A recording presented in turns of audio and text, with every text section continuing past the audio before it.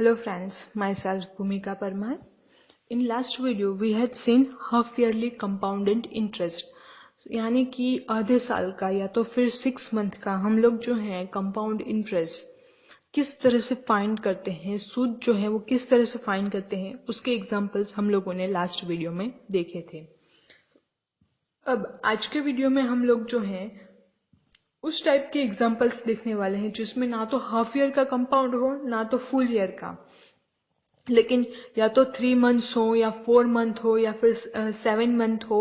तो उस टाइप हम लोग जो है एग्जांपल के लिए, उस टाइप के एग्जांपल्स के लिए हम लोग इंटरेस्ट जो है वो किस तरह से काउंट करेंगे, किस तरह से हम लोग इंटरेस्ट जो है वो फाइंड आउट करेंगे, तो वो हम लोग आज के वीडियो में देखेंगे। तो हम लोग वो जो है डायरेक्टली एग्जाम्पल के थ्रू ही जाएंगे। Example number 13. Find CI paid when a sum of rupees, CI मतलब कि compound interest, paid when a sum of rupees 10,000 is invested. 10,000 rupees यानी कि पे हमको मिल गया अपना प्रिंसिपल, वो है 10,000 rupees। उसमें हम लोगों को कंपाउंड इंटरेस्ट फाइंड करना है। Invented for 1 year and 3 months। 1 year यानी कि 1 साल पूरा, वो तो हम लोग सिंपली फाइंड आउट कर सकते हैं। एंड 3 months, अब मैंने जैसे आप लोगों को बोला कि ना तो हम लोग 6 मंथ के लिए लेंगे ना तो हम लोग फुल 1 year के लेंगे, लेकिन 3 months, 7 months, 5 months इस तरह के एग्जाम्पल्स जो है वो हम लोग देखेंगे। सो 3 months, 1 year and 3 months at 8 and 1/2%, ये हम लोगों का इंटरेस्ट रेट है। 8 and 1/2% per annum compounded annually। तो हम लोग जो है वो चलते हैं सॉल्यूशन की ओर। Mayuri first converted the time in year. तो एक मेथड जो है, सबसे पहली मेथड कि मयूरी क्या करती हैं कि ये जो ईयर है 1 year and 3 month, तो इसको सबसे पहले फुल ईयर में कन्वर्ट कर लेती हैं। जैसे 1 year and 3 months है तो टोटल एक साल में 12 months होते हैं। सो 1 year and 3/12 months। So 1 and 3/12 year। सो हम लोग सिंप्लीफिकेशन करते हैं तो 4 3s are 12। So 1 and 1/4 years। Now Mayuri tried putting the values in the known formula and came up with। तो मयूरी जो है वो क्या करती है कि जो फॉर्मूला हम लोगों के पास है, हम लोग जानते हैं A = P × 1 + R / 100 raised to n। तो वो हम लोग जानते हैं। तो उसी फॉर्मूला में वो जो है वो पुट आउट करती है वैल्यूज। सो 1000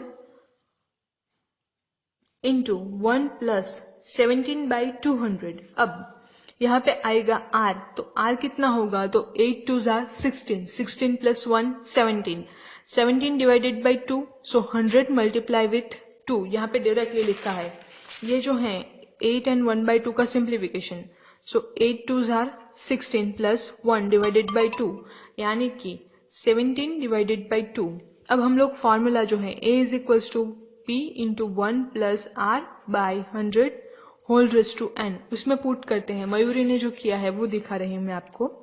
सो P जो है वो होगा हम लोगों के पास 10,000 × 1 + R जो है 17/2 × 100 रेज़ टू, हम लोगों को n जो है वो मिलता है 1 and 1/4।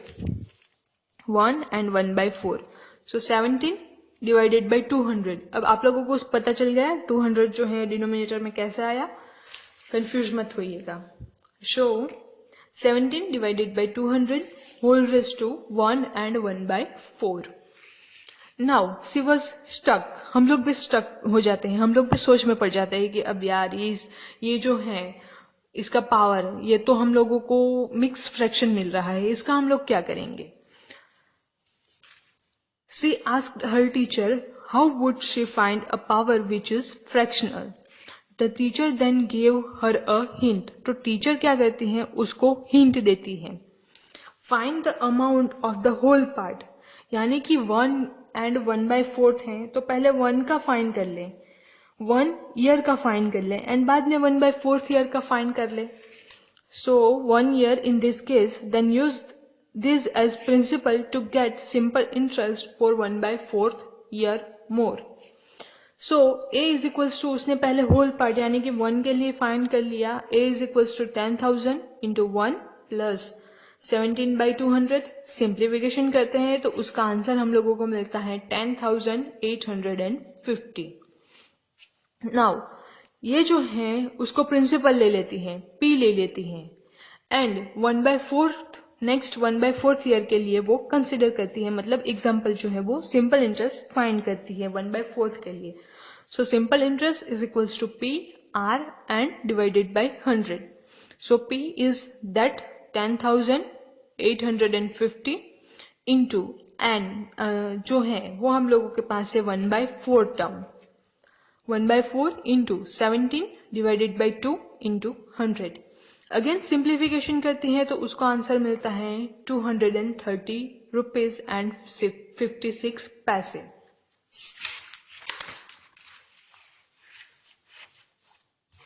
Interest for first year is 10,850 minus 10,000. First साल का इंटरेस्ट जो था वो था 10,850. हम लोगों को ए जो है वो यहाँ पे मिला था 10,850. उसमें से हम लोग 10,000 जो है वो सब्ट्रैक्ट कर लेते हैं तो हम लोगों को मिलता है 850. नेक्स्ट एंड नेक्स्ट जो 1/4 ईयर का मिला था वो कितना था 230 रुपीज एंड 56 पैसे. अब इन दोनों का अगर हम लोग सम कर लेते हैं तो हम लोगों को टोटल CI यानी कि कंपाउंड इंटरेस्ट जो है वो मिल जाएगा. सो 850 प्लस 230.56 इज इक्वल्स टू 1080.56. तो इस तरह से हम लोग जो है वो कैलकुलेट कर सकते हैं. नेक्स्ट है कंपाउंड इंटरेस्ट जो है, इसकी एप्लीकेशंस जो फॉर्मूला है इसकी एप्लीकेशन क्या है. Application of compound interest formula. Compound interest जो है उसकी एप्लीकेशन की फॉर्मूला जो है वो कौन सी है. There are some situations where we could use the formula for calculations of amount in CI. ऐसी कुछ परिस्थितियां होती हैं जब हम लोगों को ये जो फॉर्मूला है कंपाउंड इंटरेस्ट के लिए वो फाइंड आउट यूज करनी पड़ती है कंपाउंड इंटरेस्ट फाइंड आउट करने के लिए. जैसे इंक्रीज और डिक्रीज इन पॉपुलेशन. इंक्रीज और डिक्रीज यानी कि बढ़ोतरी या तो फिर घटोती, किस में, पॉपुलेशन में. Next the growth of a bacteria if the rate of growth is non. अगर हम लोगों को बैक्टीरिया जो है बायोलॉजी में बैक्टीरिया जो है, जैसे हम लोगों के पास कर्ड है तो कर्ड हम लोग जानते हैं बैक्टीरिया से बनता है, तो उसमें कितने बैक्टीरिया जो है वो उसका बढ़ोतरी का रेट जो है वो कितना होगा. अगर हम लोगों को रेट पता हो तो उससे वो ग्रोथ कितना होगा, उसमें कितनी बढ़ोतरी होगी वो हम लोग फाइंड आउट कर सकते हैं. The value of an item if it's price increase और decrease in the intermediate years. तो बीच वाले जो साल है, इंटरमीडिएट यानी कि बीच वाले जो साल हैं उसमें कितनी बढ़ोतरी होगी, प्राइस में कितनी बढ़ोतरी होगी, कितनी घटोतरी होगी, उसकी वैल्यू जो है वो अगेन हम लोग फाइंड आउट कर सकते हैं. अब ये जो है एप्लीकेशंस वो आप लोगों को 2 मार्क्स में पूछी जा सकती है. नेक्स्ट एग्जाम्पल जो है एग्जाम्पल नंबर 14. तो ये हम लोगों के पास उसी के ऊपर डिपेंडेंट है. 14th example, the population of a city was 20,000 in the year 1997. It increased at the rate of 50% per annum. Find the population at the end of the year 2000. तो यहाँ पे हम लोगों को क्या करना है कि एक सिटी जो है उसका पॉपुलेशन है 20,000 इन द ईयर 1997. इस साल में उस सिटी का पॉपुलेशन था 20,000 और उसका जो इंक्रीजिंग का रेट है वो है 5% per annum. P dot A dot यानी कि पर एनम एक साल में 5% जो है उसमें बढ़ोतरी होती है. Find the population at the end of the year 2000. तो 1997 एंड 2000 बीच में कितने साल हुए, 10 साल. सो हम लोग जो है नेक्स्ट ईयर से ये जो है at the end of year 1997 था, तो हम लोग स्टार्ट करते हैं अब solution. There is 5% increase in population every year, मतलब एक साल में 5% जो है वो पॉपुलेशन में बढ़ोतरी होती है. So every new year has new population. या दैट्स ऑब्वियस कि हर नए साल में नया पॉपुलेशन आता है, मतलब 5% उसमें बढ़ जाता है. Thus, we can say it is increasing in compounded form. तो वो compounded form में बढ़ रहा है. ये जो है वर्ड आप लोग लाइन बाय लाइन देखते जाइए, क्योंकि जो क्वेश्चंस आएंगे बाद में जो एक्सरसाइज के, वो हम आप लोगों को खुद से सॉल्व करने हैं. Population in the beginning of 1998. तो 1998 की जो साल है उसके फर्स्ट मंथ में यानी कि जनवरी में पॉपुलेशन वो होगी 20,000. उसको हम लोग ले लेते हैं प्रिंसिपल यानी कि P. We treat this as the principal for the first year. 5% की उसमें बढ़ोतरी होती है. So 5 divided by 100 into 20,000. इससे हम लोगों को पता चल जाएगा कि एक साल में कितनी बढ़ोतरी जो है वो होती है. तो वो होती है हम लोगों के पास 1000. अब 1999 यानी कि उसके बाद वाला साल, तो उसमें 1000 पीपल जो है उस टाइम पे बढ़ चुके होंगे. तो पहले 20,000 थे, उसमें 1000 पीपल बढ़ चुके हैं. सो हो जाएंगे हम लोगों के पास 21,000. Treat as the principal for the second year. अब ये जो है वो सेकेंड ईयर का प्रिंसिपल हो जाता है. नेक्स्ट ईयर यानी कि 99 के पहले साल में, पहले मंथ में, 1999 के पहले मंथ में वो जो है अगेन बढ़ोतरी होती है 5%. सो 5 डिवाइडेड बाई 100 इंटू 21,000. तो वो जो है हम लोगों का आंसर मिलता है सिंप्लीफिकेशन करके 1050. पहले साल 1000 लोग बढ़ते हैं. दूसरे साल जो प्रिंसिपल था उसमें 5% यानी कि 1050 पीपल्स जो है वो बढ़ जाते हैं. तो टोटल 2000 तक के एंड में, 2000 के स्टार्टिंग में कितने पर्सन्स होंगे या फिर पॉपुलेशन जो है वो कितनी होगी. तो 21,000 प्लस 1050. तो उसका सम करते हैं हम लोग, तो वो मिल जाता है 22,050. ये जो है वो तीसरे साल का प्रिंसिपल हो जाएगा. तो तीसरे साल का प्रिंसिपल है 22,050. अगेन हम लोगों को तो पॉपुलेशन जो है वो 2000 के एंड में कितना होता है वो फाइंड करना है. End of the year 2000. तो 2000 के एंड में कितना होता है पॉपुलेशन वो फाइंड आउट करना है. सो इंक्रीज एट 5% अगेन. सो ये हमारा प्रिंसिपल हो गया 5 डिवाइडेड बाई 100 इंटू 22,050. तो उसका हम सिंप्लीफिकेशन करते हैं, आंसर मिलता है 1102.5.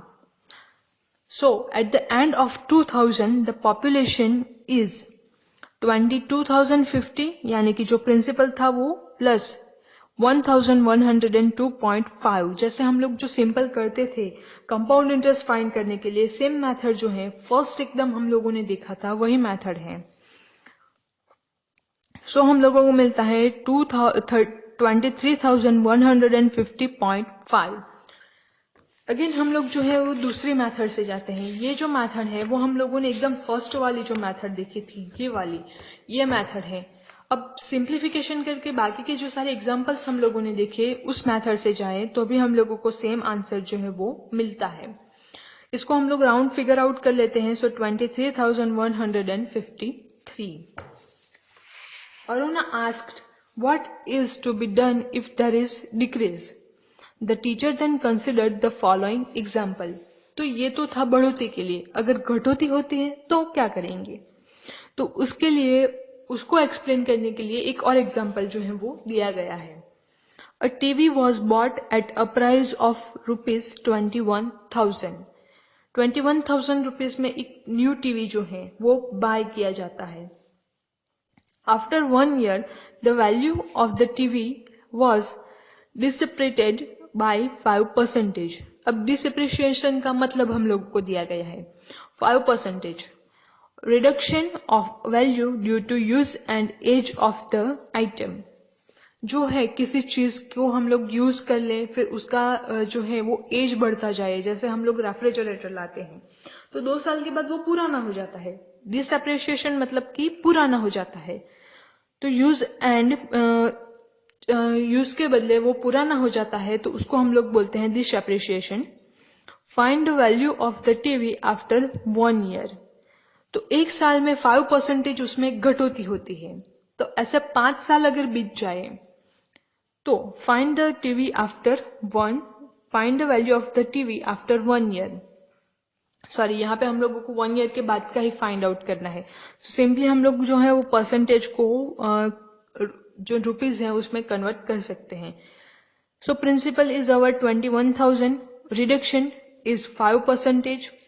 So 5% of 21,000 per year is 21,000 into 5 into 1, यानी I equals to PRN by 100 is equals to हम लोगों को मिलता है 1050। अब अगले वाले जो एग्जांपल्स थे उसमें हम लोग जो है वो इंटरेस्ट ऐड करते थे। यहाँ पे डिसअप्रिशिएशन हो रहा है, घटौती हो रही है, यानी कि हम लोग उसको जो है वो माइनस करेंगे। सो 21,000 माइनस 1050 तो हम लोगों को मिलता है 19,950। अब उसकी मेथड दी गई है अल्टरनेटिवली। डायरेक्टली हम लोग जो फॉर्मूला है उससे जाएं तो A equals to P into 1 minus 5/100 R/100। जैसे हम लोगों को इंक्रीमेंट मिलता है, इंक्रीज होता है तो हम लोग यहाँ पे प्लस करेंगे, डिक्रीज होता है तो यहाँ पे हम लोग सब्ट्रैक्ट करेंगे। तो ये जो फॉर्मूला है, दोनों अल्टरनेट फॉर्मूला, वो आप लोग याद करके रखिए। अब एक्सरसाइज 8.3 जो है वो आप लोगों के लिए होमवर्क है। इसी के साथ हम लोगों का ये जो 8th चैप्टर है वो फिनिश होता है। यहाँ पे जो है डिस्कस्ड वाला पोर्शन, तो वो आप लोग एक बार अच्छे से गौर कर लीजिए, आप लोगों को जो है वो रिवीजन अच्छे से हो जाएगा। नेक्स्ट जो चैप्टर है 9th, algebraical expressions and identities, तो वो हम लोग नेक्स्ट वीडियो से स्टार्ट करेंगे। Thank you.